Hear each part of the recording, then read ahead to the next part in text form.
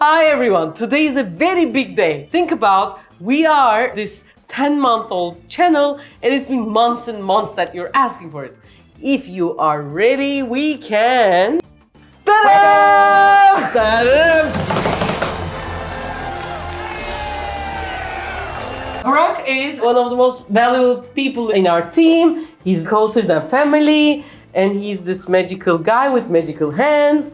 Every time they touch a dough or flour, it becomes a miracle. And I'm blushed. What are you going to do? We are going to make, some of you can remember, we made a döner 10 months ago and we are going to make that bread today. Crunchy outside, very soft inside, and anytime you put something in it, it's going to soak the goodness, but leaving the crunchiness outside, it's going to be this amazing celebration dish. And it's so easy to make.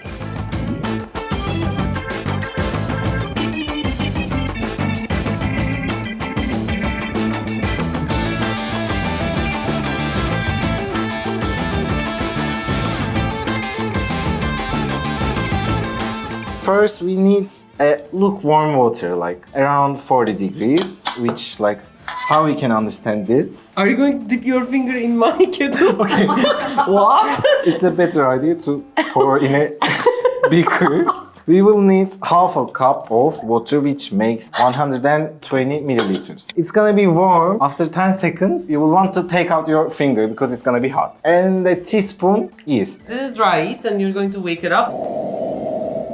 If you heard anything, it is waking up of the yeast. Pinch of sugar to like, they just woke up, they need some energy to work. It's going to rest for 5 minutes Because at that time. Today is one of the coldest days in Turkey. I'm not going to put this in this cold counter. I'm going to put some wood and put it on top of it. At that time, I will melt the butter, but it shouldn't be hot. Otherwise, we can like cook the flour before bake it. 2 tablespoons of butter. To Thank do you. that, I'm just like turning it on and off and breaking it into pieces. For the dough, we will need 200 grams of flour. You can use all-purpose flour. And a teaspoon of salt. Yesterday, we had the first snow in Istanbul. Kuzguncuk used to be this old, small villages, and each village had its own kind of river, and this is now the main street. And for the neighbors to have their food, there are small bostans. Urban gardens. The children's play, the street dogs are there, the cats are there, we are there, and the snow was great.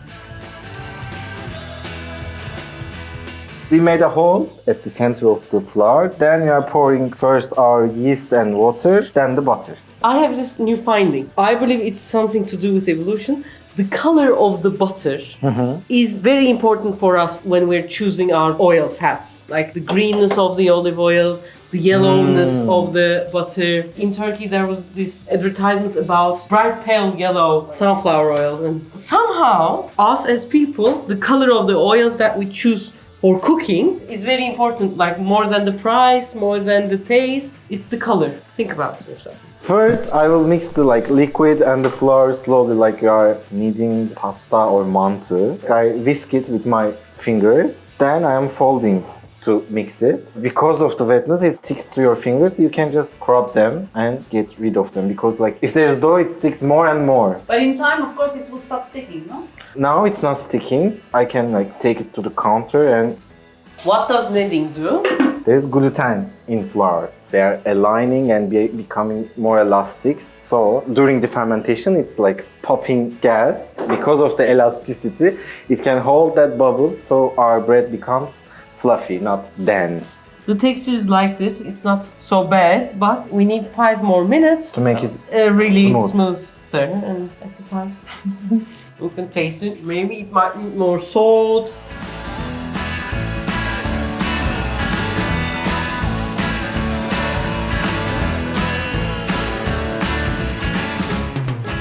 How is this going to rest? We can use our bowl. I'm going to put some oil to prevent the stick. How you're rubbing the dough. I will put some to the bottom of the bowl as well. This will also prevent it from drying up as well. Ah. It is going to rest for 45 minutes, then we will continue. Ta-da!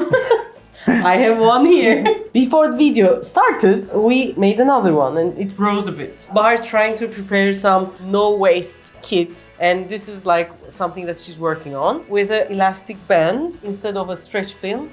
She uses these, and we wetted this so that it acts like a damp cloth. When we're taking this, we're going to take this to the counter, yes? Uh-huh. Shall we dust it? I don't think so. It's not Okay. going to stick. By the Can we way, find- yeah, we can find Can we? Burak's very nice, simple bread making set on Etsy. I didn't know my set was on Etsy. That's why I asked, can we? So, Like- I take this. We both have the half. Yes. Then like we are folding onto itself Why are you folding?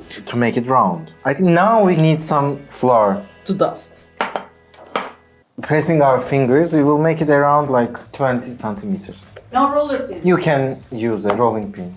We're going to let this rest for a while. For another 15 minutes because like we rolled it, it has to lose itself. Now, a bit of flour, and then for it to rest. We will cover it. It doesn't have to be damp right now because of the flour. It won't stick right now. Okay. For 15 minutes, we make it rest like this.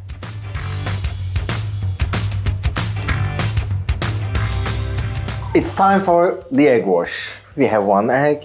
We will use the yolk and the white. It's interesting. Normally, I would just use the yolk, With the yolk, it becomes thick and too much brown. like a burger top. Yes, it will be like that. We are just checking if they are thick or not. And you would want some nigella. Nigella, sesame, any other seeds that you would like. Rest of the egg, by the way, you can put it in the refrigerator and use it for at least 2 days. Sesame seeds.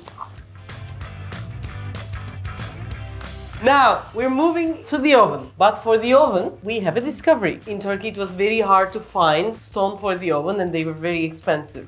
What I did was, I went to this construction place and found the tiles which were suitable for construction of ovens, and then I started using them, and each time we make a bread, we put the tray and we put those tiles, which you can buy anywhere in the world, into the tray and then put it at the bottom of the oven to the highest degrees. In my kitchen is 280. If yours is 300 degrees Celsius, but even better. And the stones get really hot. They are the stones which they use in wood ovens, right?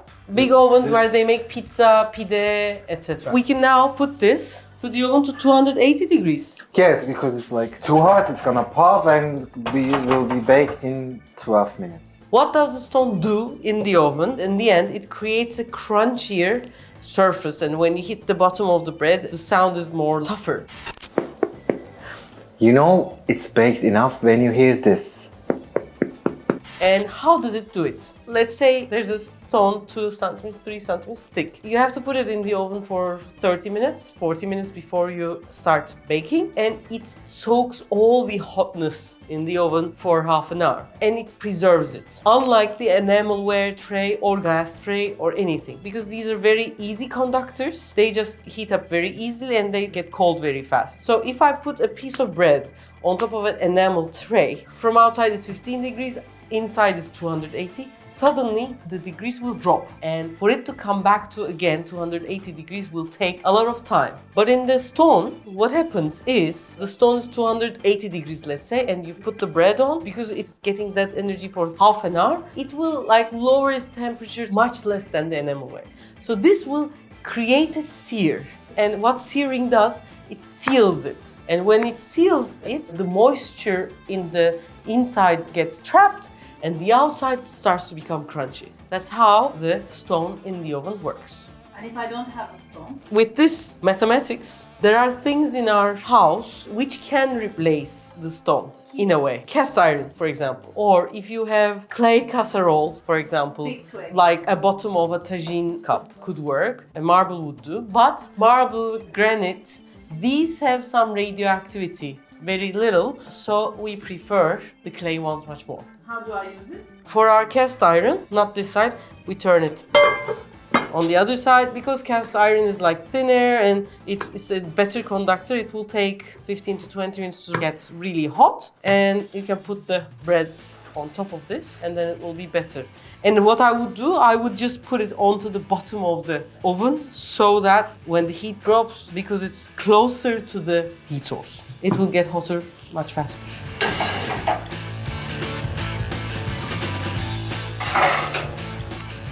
Now, I have the courtesy of cutting this beautiful bread. Ta-da! Inside is soft. Ah!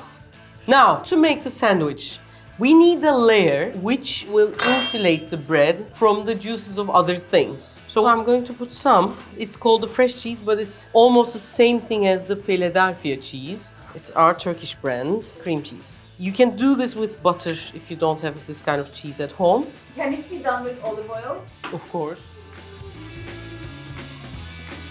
So the insulator is done. Now I want to add two types of cheese. One is the cream cheese as we have, but with that I'm going to add cheese like an aged one because it is more dimensional. This is called Manyas peynir. It's very close to İzmir tulumu. You can say this is like Turkish parmesan cheese in a way. I'm going to have small dice like chunks of cheese like this. So while you're eating the sandwich, you have like this creaminess and then some chunks to chew. I'm going to add this to the cheese.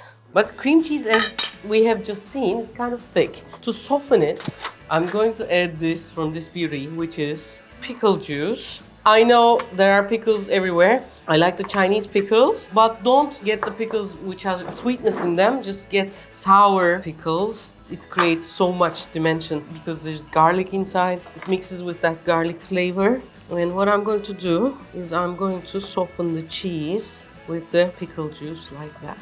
I add a bit of black pepper and a bit of red pepper, but the real magic comes from the black pepper. Adds also the bitterness to the cheese. What I did wrong was before adding the hard cheese, I had to mix it first and then do this. And two other things, I have these pickles, which Yağız have made. Look how crunchy. They smell great, they taste great, and real good pickles are crunchy. As you know, we have the pickle recipe, guys. I'm just putting it here. Oh, how to make pickles from scratch. This is how it's done. And I have here the perfect lettuces. These are small lettuces that I am growing. You don't need big space. This is just outside. They're slowly growing. So you take the leaves from the outside and the core grows more. And this is enough for the sandwich. I'm going to wash these. And here we have smoked meat like this. I'm going to create a layer from that smoked meat. And because it's Burak, I want to make it thick. And then, oh, the cheese comes in. I'm excited. excited. I feel lucky. To the top, the lettuces. And the pickles are here. I have a few chips here. What I can do, I wanted a crunchiness. So I used to have dried onion. I can always put it like in the middle like this, but it has to be just before you eat it. So these are like that. Or can I do something else? Of course. Okay. What I'm going to do is cut this in half. And the half is like this right now. To one side, I'm going to do this.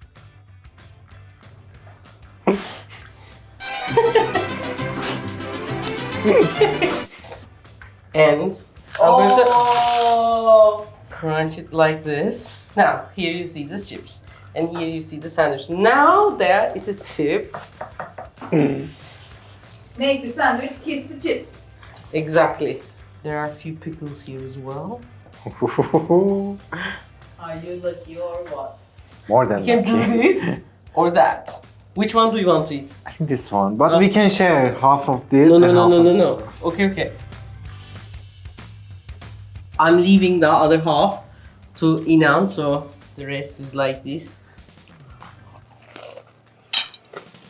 The bread is so good, you don't need to even do anything. It's like a dream. Biri yer, biri bakar. Kıyamet ondan kopar. Someone eats, the other one looks. That's how the end of the world comes. It's a nice suggestion for the sandwich. It's more than nice. You can always eat it with döner. You can always eat it with our beautiful sucuks. Köfte. Köfte ekmek is a tradition in Turkey. It's one of the best street foods. This one is a baby also. Take great care.